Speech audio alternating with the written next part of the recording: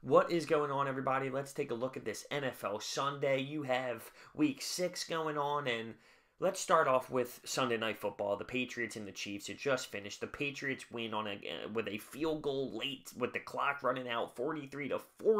83 points in this game. Both defenses suck. The Chiefs defense could not stop Sony Michel and the run game all night long, and then the passing chunks obviously occurred as well. The Chiefs defense is brutal. I know in the first half Mahomes looked a little bit shook and he threw a couple interceptions, but the Patriots defense did not play well today either, even though they had 2 interceptions. Both defenses sucked today, even though, the Patriots do find a way to cause some turnover. 43-40.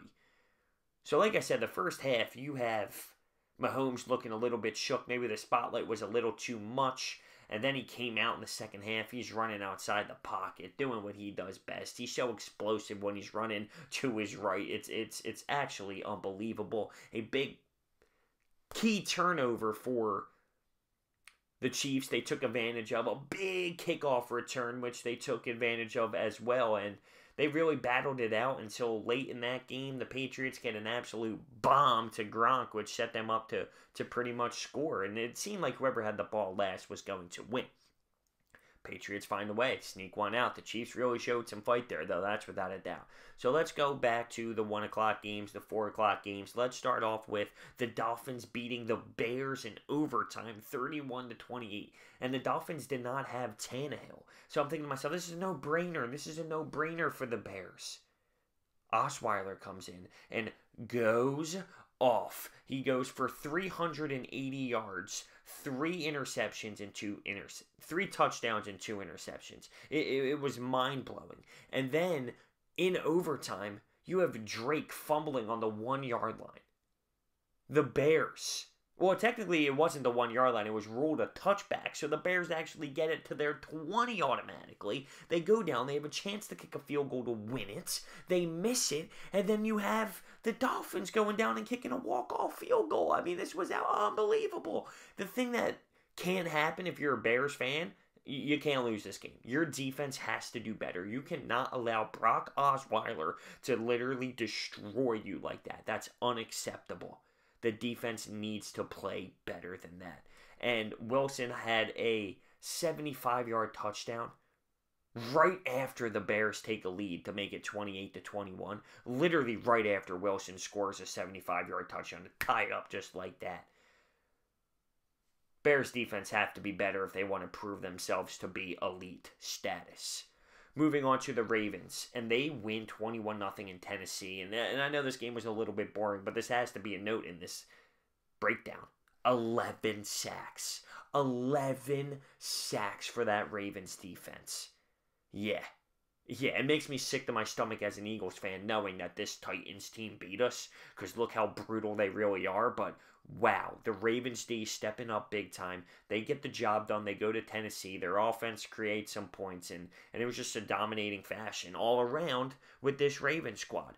The Falcons hold on to win over Tampa Bay 34-29. Matt Ryan throws 3 touchdowns, 350-plus yards. Jameis Winston scores 4 touchdowns as well and throws 2 interceptions.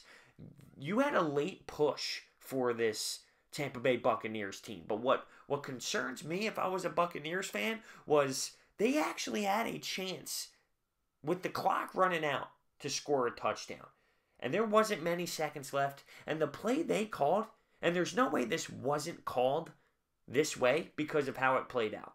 Jameis Winston drops back a few steps. Instantly, he runs off and takes off. You need to take a shot in the end zone. There's no way Jameis Winston did that without that being the play call. He dropped back and instantly took off. There wasn't enough time. You had to take a shot to the end zone. They started playing the lateral game. It actually almost worked. Deshaun Jackson had an opportunity, but he just missed the ball. But that wasn't a good play call. You need to take a shot at the end zone there. So I would be really pissed off with the head coach on that, because there's just not enough time left for you to have Jameis Winston try and make a run. It's not going to work. It's not going to be effective. The Steelers get a gritty win on the road, and Antonio Brown comes up clutch with a 10 with 10 seconds left in the game with a touchdown. And it's a controversial one because there was a pick play that occurred to allow this to happen on a short throw that had AB run right through and then score. And I don't see why this would be controversial at all.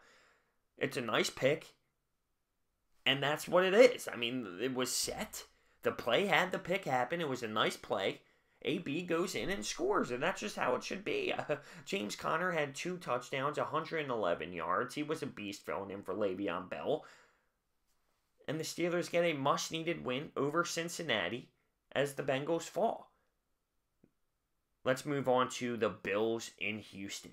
And this game was something else. Josh Allen gets injured. You have Peterman comes in. Oh, man, he's a mess, right? He ends up throwing a nice touchdown pass to give them the lead. They're up 13-10. Houston ties it 13-13. And then Peterman, with a chance to make it happen, with a chance to get this city behind him, and he goes on a nice drive to win the football game.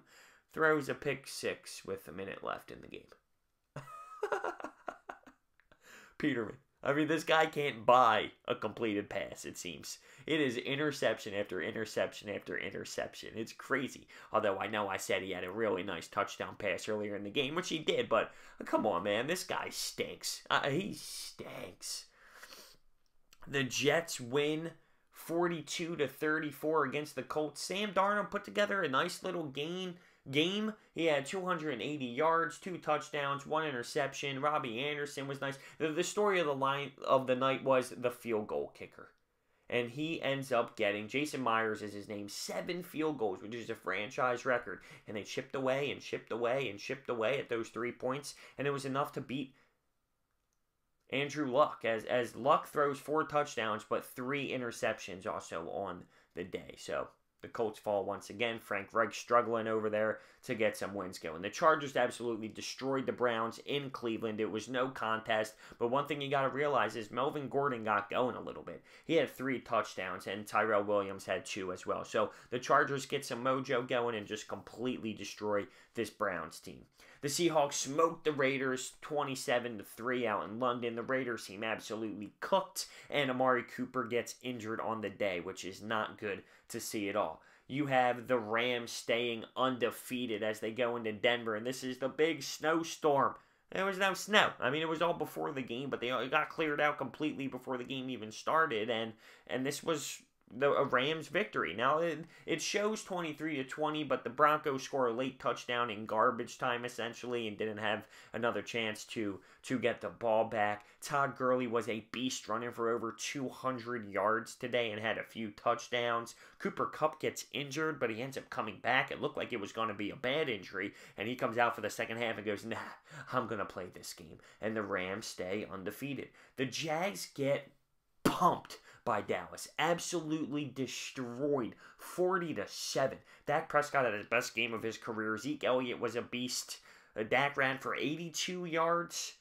Zeke ran for over 100. Cole Beasley with a couple touchdowns. What happened to the Jags defense? I never believed in Blake Bortles and this brutal offense, but that defense today was atrocious. They were just not ready, not locked in at all, and Dallas whooped them. And speaking of the NFC East, you have the Redskins at home against the Panthers, and they also get the job done. And Norman gets an interception and a big-time fumble that he forced.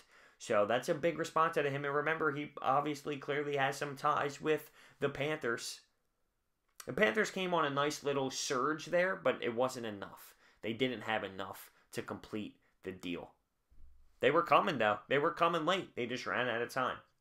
The Vikings win over the Cardinals 27-17. A little bit closer than people would expect, but Thielen was a beast today, and so was Murray in the run game for 155 yards on the day. And that's where we were today. It's another great day for NFL football.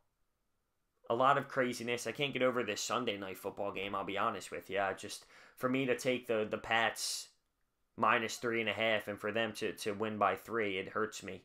I mean, come on, that was a shootout, though. I like the way Mahomes battled back. All day today, though, there was good football. I thought the 1 o'clock hour was very special. Not that the 4 o'clock wasn't, but there were only 3 games because of that London game, and the 4 o'clock hour was a little bit slow. There was so much action left and right with that 1 o'clock hour of games, and there's nothing better than the Octo Box on Red Zone, especially when the Eagles don't play. You just get to kick back, relax, and not worry about it because you just enjoy football for what it is in all of its glory, even if you do lose because of the damn Pats not covering for me. Unbelievable. Let me know your thoughts and opinions down below. I will see you next time.